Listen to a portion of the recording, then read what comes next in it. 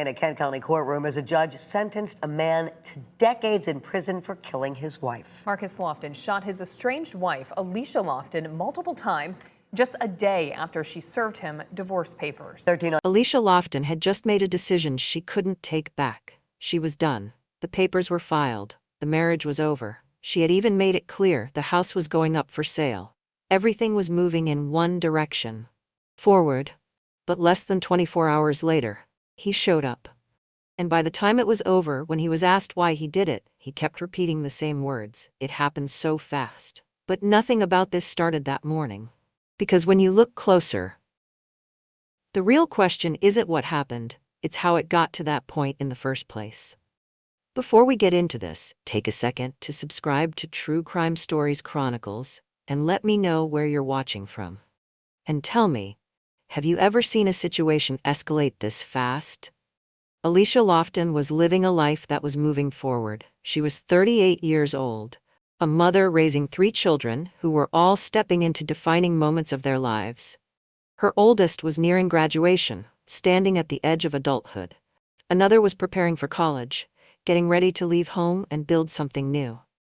Her youngest was entering high school, still needing guidance, structure, and the steady presence of a parent who could keep everything together. And that's exactly who Alicia was. She wasn't just their mother in name, she was the foundation of their daily lives. The one who kept track of everything. The one who made sure things didn't fall apart when life became overwhelming. In a household with growing kids and shifting responsibilities, she was the constant. There's a certain kind of strength that doesn't always get noticed. The quiet kind. The kind that shows up every day, handling responsibilities, making decisions, and carrying emotional weight without ever announcing it. That was Alicia. From the outside, her life reflected stability. Not perfection, but structure. Routine. Direction. Her children were progressing, each one moving toward a future that she was actively helping to shape. She had responsibilities, plans, and a role that mattered deeply to the people around her. And she showed up for it.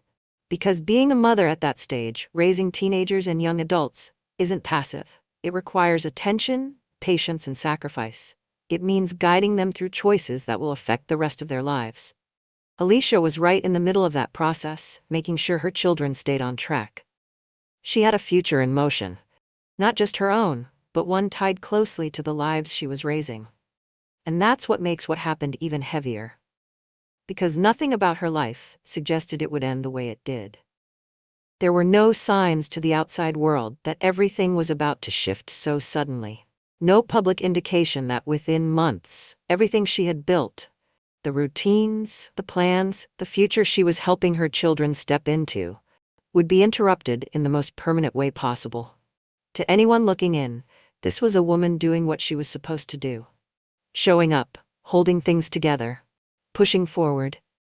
But the truth is, sometimes the most dangerous situations don't look chaotic from the outside. They don't always announce themselves clearly. They exist quietly, just beneath the surface, hidden behind normal routines and everyday life. And in Alicia's case, while everything appeared steady on the outside, something had already begun to shift behind closed doors. A shift that would eventually turn her life from stability into something no one around her could have imagined. Marcus Lofton entered Alicia's life at a time when she was already carrying a full world on her shoulders. As a mother of 3, her life wasn't just about romance or companionship. It was about stability, structure, and protecting the environment her children were growing up in. So when she made the decision to marry Marcus in February 2023, it wasn't something taken lightly. Marriage, especially at that stage in life, usually comes with intention. It suggests a belief that this person can fit into an already established life, that they can add to it, not disrupt it. But almost as quickly as the marriage began, things started to shift. What should have been a period of adjustment, learning each other's rhythms and building something stable, instead became marked by tension. Not the kind of occasional disagreement that most relationships experience, but something heavier. Something that hinted at imbalance. The timeline itself tells a story. From February to May, that's just a matter of months. And within that short window, there were already signs that something wasn't right. Arguments began to surface, disagreements that didn't resolve cleanly. Moments where emotions didn't settle, they escalated. And while not every argument signals danger, the pattern here was different. There was a sense that control, frustration, and intensity were beginning to define the dynamic between them. For Alicia, this wasn't just about her anymore. Every decision, every interaction, existed within the context of her children's lives. Any instability didn't just affect her. It affected the environment her children were living in. And that pressure matters, because when a relationship begins to show cracks that early, especially in a newly formed marriage, it forces difficult questions. Is this temporary? Will things settle? Or is this the beginning of something that could get worse? In many situations, people try to hold on just a little longer, hoping things will improve, hoping that whatever tension exists will pass. But here, it didn't pass. Instead, it intensified. There were moments that went beyond simple disagreement, moments that suggested a deeper issue with how conflict was handled. Moments where reactions weren't proportional, where emotions seemed to take over in ways that felt unpredictable. And that unpredictability is where unease begins. Because when you don't know how someone will react, every interaction starts to carry weight. Every conversation becomes something you have to measure. Every disagreement becomes something you have to brace for. And for Alicia, that kind of environment couldn't coexist with the life she was trying to maintain for her children. What's important to understand is how quickly all of this developed. This wasn't a relationship that slowly deteriorated over years. This was a rapid shift from marriage to instability in a matter of weeks, from commitment to conflict to something that was already showing signs of becoming unsafe. And when a relationship moves that fast in the wrong direction, it doesn't leave much room for correction. There's no long period of reflection, no gradual awareness. Everything happens almost at once. By the time the seriousness of the situation becomes clear, it's already deep. Something wasn't right early on, and that feeling didn't fade. It grew. And what makes this case even more unsettling is just how quickly things went from early warning signs to something far more serious. Because this wasn't a slow breakdown. It was fast. By May 2023, just a few months after the marriage, everything changed in a way that could no longer be dismissed as tension or disagreement. This was the moment where the situation crossed a clear line. Marcus Lofton was arrested following an incident involving Alicia. What had been building behind closed doors had now reached a point where law enforcement had to step in. It wasn't just an argument anymore. It was serious enough to result in charges, serious enough that the system recognized the risk. An arrest like that doesn't happen without cause. It signals that something escalated beyond control, beyond what could be handled privately, beyond what could be explained away. And with that arrest came consequences. One of the most important was the no contact order. That order wasn't just a formality. It was a direct instruction. Marcus was not allowed to have any contact with Alicia. No calls, no messages, no showing up, nothing. The purpose of that kind of order is simple: create distance, create safety, and prevent escalation. Because by that point, the risk is already clear. The moment where everything stopped, the moment where Alicia could finally separate herself from a situation that had already proven to be dangerous. The moment where the legal system drew a line and said, "This cannot continue." And in many cases, this is where the story changes direction, where the separation becomes permanent, where safety measures hold, where the situation de-escalates. But not all cases follow that path, because orders only work if they're respected. And relationships, especially ones that involve emotional ties, shared time, and unfinished conversations, don't always end cleanly, even when they're supposed to. There are often loose ends, unresolved emotions, conversations that feel like they need closure. And sometimes, even with legal boundaries in place, those connections don't disappear overnight. In situations like this, that's where things become complicated. Because on paper, there was distance. But in reality, that distance didn't fully exist. What makes this moment so important is not just what happened, but what it revealed. It showed that the situation had already escalated to a level where intervention was necessary. It showed that Alicia was no longer just dealing with relationship stress. She was dealing with something that had already crossed into danger. And it showed that Marcus was willing to act in ways that had serious consequences. That combination matters. Because once a situation reaches that point, the risk doesn't reset. It increases. Every prior incident becomes a reference point. Every escalation raises the stakes. And every attempt to re-engage after that carries more weight than before. By the time Alicia Lofton made the decision to file for divorce, the situation had already crossed a line that couldn't be ignored. This wasn't a reaction made in the middle of an argument. It wasn't impulsive.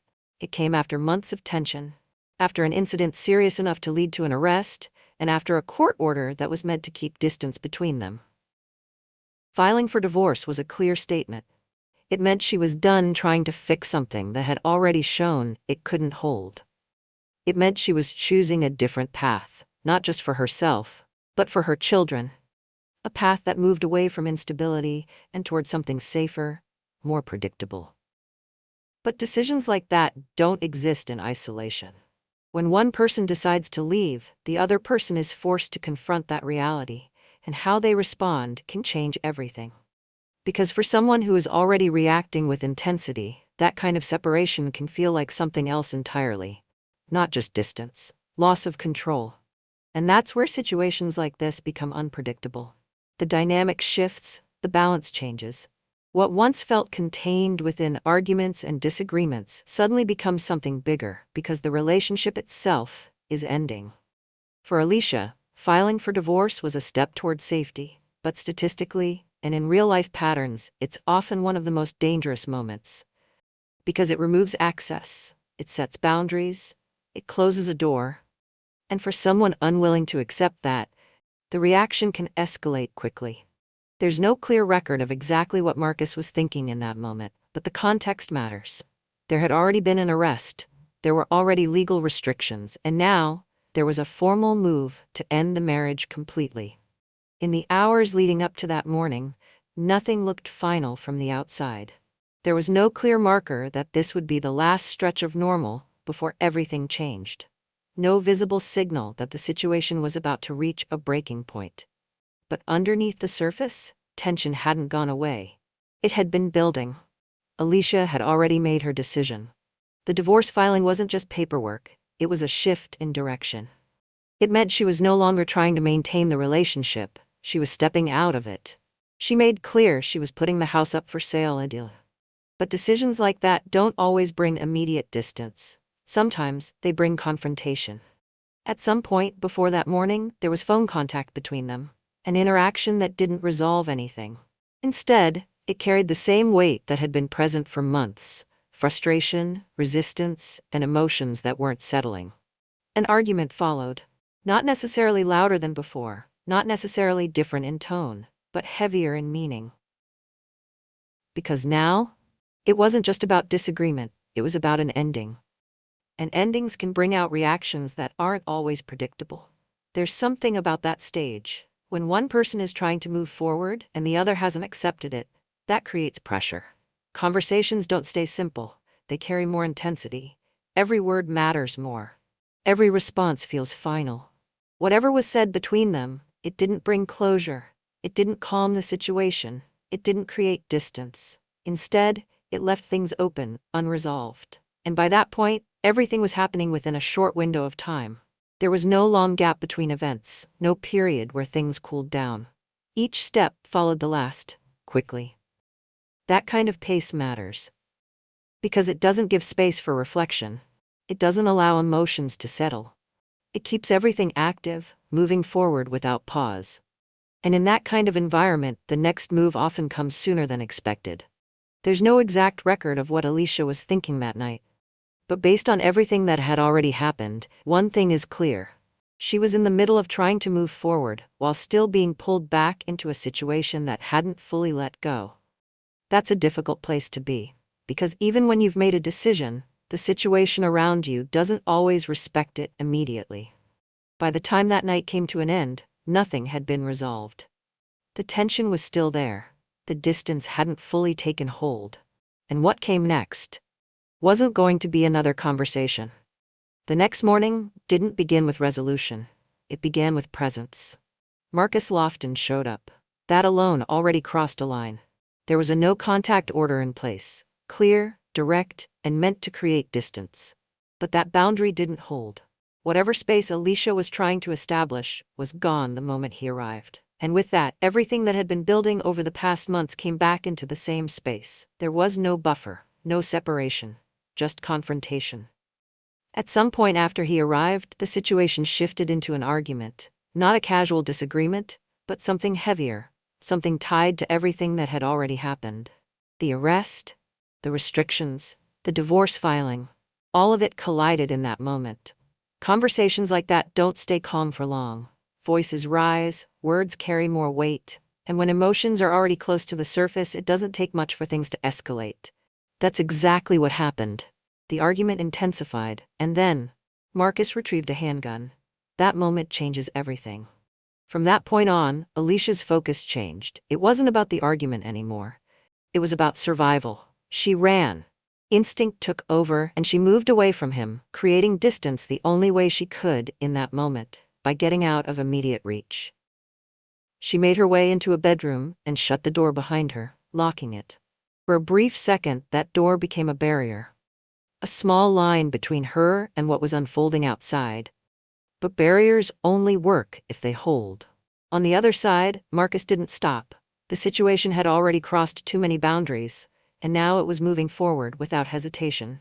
The door that Alicia had just locked, her only protection in that moment, became the next point of confrontation. He forced his way in. The sound of impact, the pressure against the door, the effort to break through, it all happened quickly. And once that barrier gave way, the space Alicia had created disappeared. Now there was nowhere else inside that room to go. And that's when her options narrowed down to one final choice. Escape. She turned to the only exit left, the window. At that point, there was no hesitation, no second guessing, just action. She moved toward it, trying to get it open, trying to create a way out of a situation that had already gone too far. Her hands worked quickly, pulling at it, forcing it open as time closed in behind her. Every second mattered. Every movement was urgent. This wasn't hesitation, this was instinct, the kind that takes over when there are no other options, one leg over the frame, then the other. She was trying to get out. Behind her, Marcus had already entered the room. And then, the first shot, it broke the moment instantly. Sharp, final, irreversible. Then more shots followed. She was struck multiple times, in the head, in the body. The movement stopped. Silence followed. Not because the situation had resolved, but because it had reached its final point. Alicia Lofton never made it out of that window. The effort to leave, to create distance, to survive, it ended right there, inside that room. What began as an argument had turned into something irreversible within minutes, from confrontation, to force, to a final act that couldn't be taken back. And in that moment, everything changed. Not just for Alicia, but for the 3 children whose lives were directly tied to hers. Because the person they depended on, the one who held everything together, was gone. When the gunfire stopped, the silence didn't last long. Someone called for help. Officers responded to reports of shots fired at the home on Union Avenue. By the time they arrived, the scene inside had already reached its final outcome. What they found was no longer a situation to contain, it was one to process. Alicia Lofton was inside the home, unresponsive. There was nothing left to do to save her. She was pronounced dead at the scene. In a matter of minutes, what had started as a domestic confrontation had become a homicide.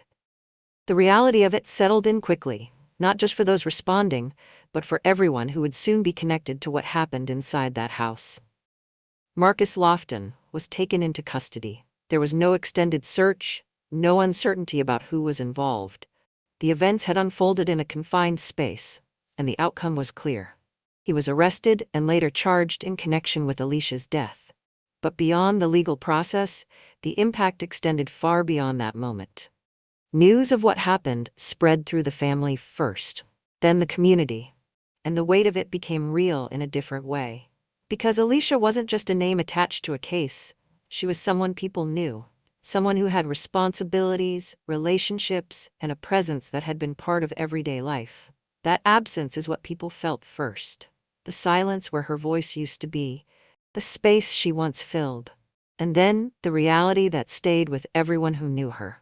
3 children had just lost their mother. Not gradually, not over time, but suddenly. The milestones that were ahead, graduation, college, life decisions, would now happen without her being there to see them through. The roles she played in their lives didn't disappear, but her presence did. And that kind of loss doesn't settle quickly. It stays.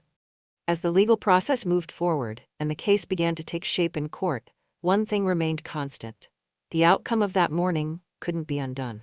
Everything that led up to it had already happened, every warning sign, every decision, every moment where things could have taken a different direction. And now, all that remained was the aftermath of a situation that had escalated too far, too fast. What makes Alicia Lofton's story so difficult to sit with isn't just how it ended, it's how many points along the way signaled danger. Because this wasn't a situation that appeared out of nowhere. There were warning signs. There was an arrest. There was a court order that clearly stated there should be no contact.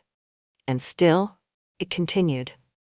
That's what makes cases like this so important to talk about, not just as stories, but as patterns. One of the most critical patterns is what happens when someone decides to leave. From the outside, leaving can look like the safest move. It feels like the right decision, creating distance, ending the relationship, moving towards something better.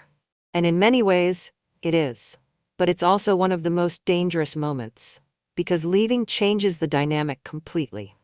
It removes access, it removes influence. And for someone who is already willing to cross boundaries, that loss can trigger a reaction that is immediate and intense. Because when someone ignores legal restrictions, especially a no-contact order, it's not just a violation of the law. It's a clear signal that rules, consequences, and limits are no longer acting as restraints. That's a level of risk that should always be taken seriously.